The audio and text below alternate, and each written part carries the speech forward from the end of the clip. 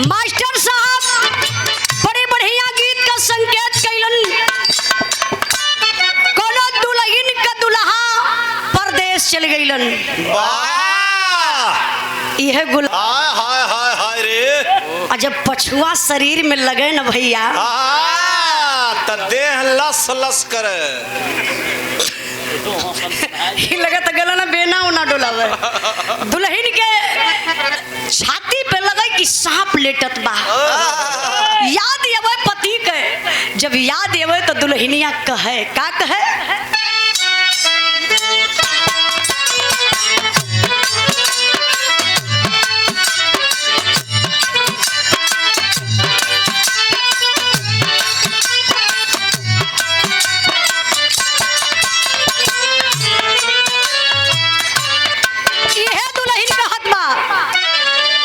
आशीर्वाद का चाह रही आई कहना भा।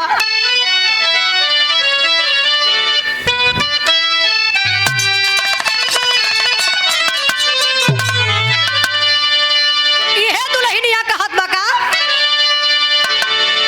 अरे रेलिया रे हो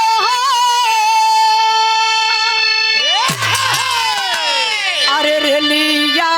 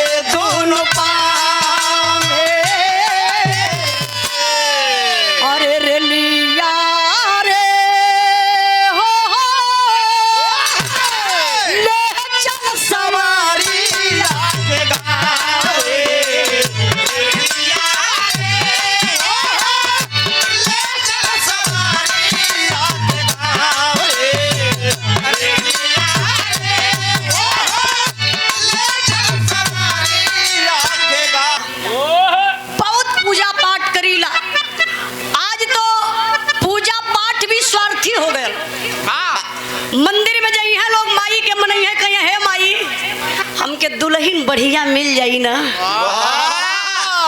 5 किलो लड्डू चढ़ाई। अब मान ला दुल्हन करिया मिल गई तो 5 किलो लड्डू घटे शुरू हो जाला। एक एक कहा जाला स्वार्थी भक्ति। लेकिन मैं आप लोगों को बताना चाहती हूँ दुनिया में अगर कोई भक्ति है बाबू तो सबसे बड़ी भक्ति होती है माता पिता की भक्ति। जो माता पिता की भक्ति कर लिया दुनिया में किसी मंदिर मस्जिद में जाने की जरूरत नहीं है। अगर दुनिया में माई बाप के जना मानत माना माई बाप का सेवा करता माई बाप के धूप अगरबत्ती लेके थोड़ी ना जलावे के बाद वक्त से समय से 2 कवर रोटी समय से दवाई समय से ख्याल करा परिवार में खुशहाल रखा दुनिया का सबसे बड़ी भक्ति बा।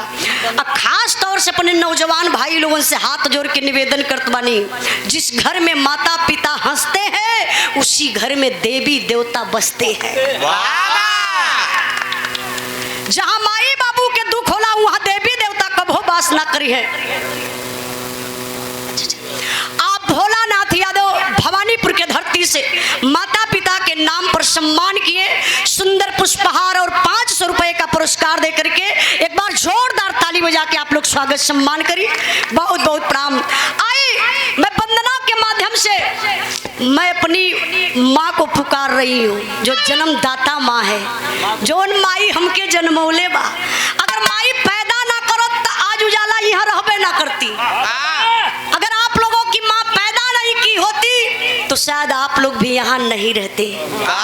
अगर हम दुनिया को देख रहे हैं माँ की देन है तो हमारे माता और पिता की देन है। इसलिए मैं वंदना के लाइन से अपनी माई को याद कर रही हूँ, आप लोग अपनी अपनी माँ को याद कर लीजिए, आइए भक्ति हो जाएगी। कहना है क्या?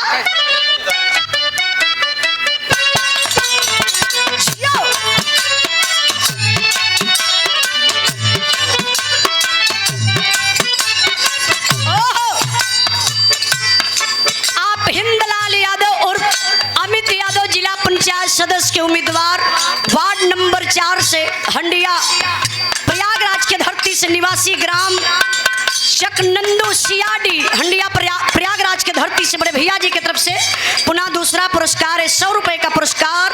आपके चरणों में बहुत बहुत प्रणाम। कहना है क्या? सही है पन्ना बजी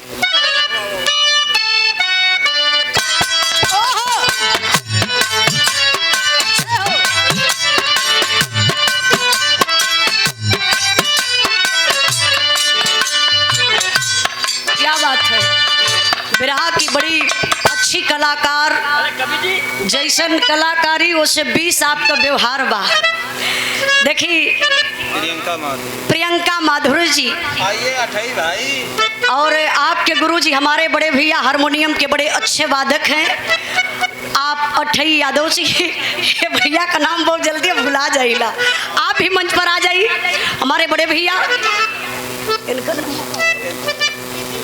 अच्छा प्रीति पंखुड़ी। देखी प्रियंका जी का बहन बड़ा ही मेहनत करेली, बहन हो तो तोहरा जैसन। बहुत बहुत धन्यवाद। अरे रे रे अरे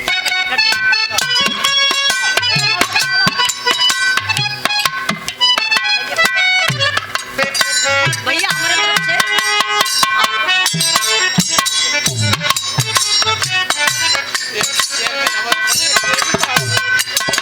बढ़िया टेरी भी कहली बड़ा गईबो करेली। देखी प्रिया पंखुड़ी जी अब पूरे बिरहा जगत में अकेले लेडीज आप टेरी कहे वाला बनी। आप प्रिया पंखुड़ी जी एक बार जोरदार ताली बजा के स्वागत करी। बहुत बहुत आपके धन्यवाद। ऐसे मेहनत करत रहा अपने बहन के साथे। हमानो बहनिया इला कबो कबो हमानो के साथे आ जाइल करा। ए देखी अच्छा आई राजू भैया। अच्छा राजू भैया बहन का पहचानती हो, ढोलक के बड़े अच्छे वादक हैं सोनभद्र से।